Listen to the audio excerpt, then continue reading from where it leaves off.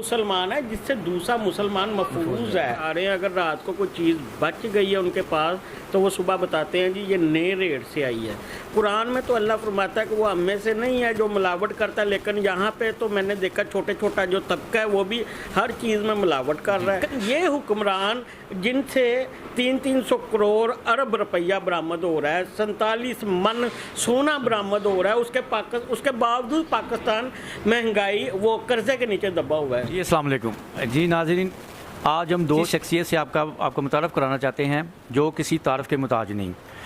पहले नंबर पे chief executive हैं रोज़नामा खुला सच के जनाब मोहम्मद जवेद साहब, और दूसरी शख्सियत है जो भी किसी तारफ़ की मुताज नहीं, सीनियर सहाफ़ी जनाब शकील चौधरी साहब।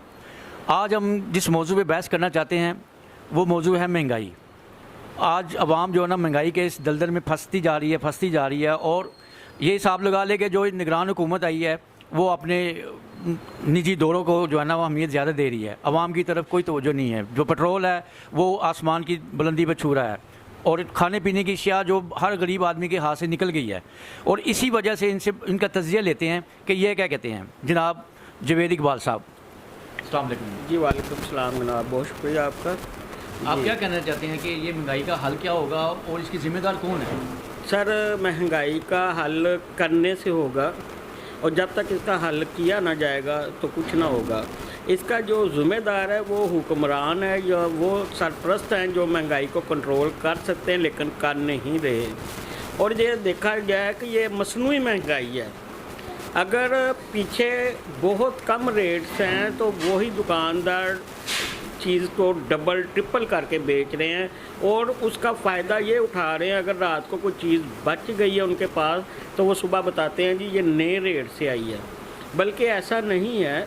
और हालात दिन ब दिन जो है ना बदतर से बदतर होते जा रहे हैं। क्या ये निगरान हुकूमत इसकी ज़िम्मेदारी है या पिछली हुकूमत जो है ना इस पर मलबा डाला जाए? देखिए, पिछली हुकूमत हो या निगरान हुकूमत हो, जिसका हाथ पड़ता है वो सही कर सकता है। कुरान में तो अल्लाह फरमाता है कि वो हम में से नहीं है जो मिलावट करता है, लेकिन यहाँ पे तो मैंने देखा छोटे छोटा जो तबका है वो भी हर चीज़ में मिलावट कर रहा है। तो उसका अजाब भी इन लोगों पे ही होना है। ये वाहिद मुल्क है हमारा पाकिस्तान, ठीक है, और उसके बाद हमारे जो मुसलमान भाई हैं हर चीज़ को ज़ख़ीरा अंदोज़ी कर रहे हैं। अभी आप देखें एक चेहरे पर लगाने वाला जो नकाब आता था जिससे कोरोना को बड़ा इस्तेमाल किया गया, वो 2 रुपये का जो अगर पीस था तो वो 200 में बिका। और मैंने ये देखा कुछ लोग सड़क से अगर कोई गिरा हुआ तो उसको भी उठा रहे थे, मजबूरी के तहत उसको भी वो उठा रहे थे। तो कौन से हम मुसलमान हैं? अगर हम चाहें तो बहुत कुछ सही हो सकता है। हज़रत उमर फ़ारूक रज़ी अल्लाह को देखें जो फरमाते हैं कि अगर दरिया के किनारे पे कोई कुत्ता भी भूखा मर गया ना तो उसका ज़िम्मेदार मैं हूँ। लेकिन ये हुक्मरान जिनसे 300 करोड़ अरब रुपया बरामद हो रहा है, 47 मन सोना बरामद हो रहा है, उसके बावजूद पाकिस्तान महंगाई वो कर्जे के नीचे दबा हुआ है। लेकिन अगर बरामद हो रहा है वही चीज़ उठा के कर्जे के तौर पे दे दीजिए, क्या पाकिस्तान का कर्जा नहीं उतरता? ठीक हो जाएगा। लेकिन यहाँ पे पाकिस्तान का कर्जा उतारना नहीं कोई चाहता, बढ़ाना चाहता है। ठीक है, इसको बढ़ाना चाहता है, लेकिन इनको ये कि अपनी मौत को भूले हुए हैं। जी बिल्कुल ठीक है। ठीक, जितना माल इकट्ठा किया जा रहा है ना उतना ही हिसाब देना है, और वो हिसाब है जिसका ये दे ही नहीं सकते। अब बंदे को अपनी फ़िक्र करनी चाहिए, बल्कि अपनी औलाद की नहीं। मरने के बाद उसके साथ क्या होगा? आपका मतलब कहने का है कि हम जो है ना वो पहले अपनी औलाद जो आने वाली है उसके लिए बेहतर है कि इन लोगों को जिन्होंने नोट खाया है हमारा, जिन्होंने इस दलदल में फंसाया, इनके पेट से निकाला जाए। बेशक ऐसा ही है, बेशक ऐसा ही है, ठीक है।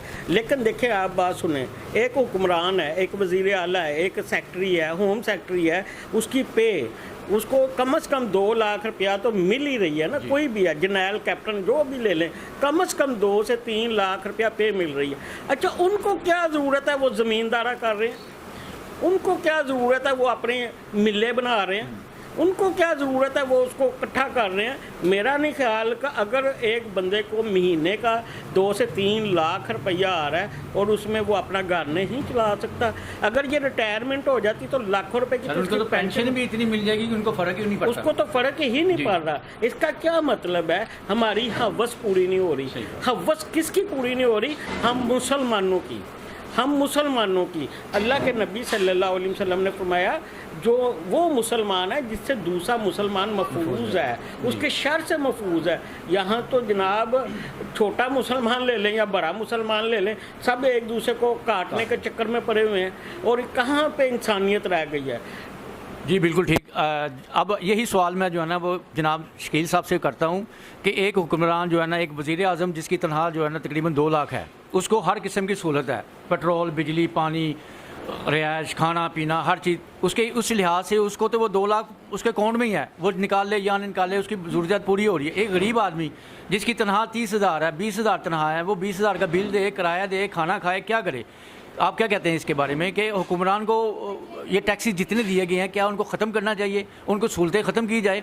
वो तनख्वाह भी लेते हैं, पेंशन भी लेते हैं, हर चीज़ की सहूलत मिलती है उनको, रिटायर होने के बाद भी जो है ना उनको सहूलत मुयस्सर मिलती है, तो उसका फ़ायदा आवाम के ऊपर जो है ना इतना बोझ क्यों डाला जाए?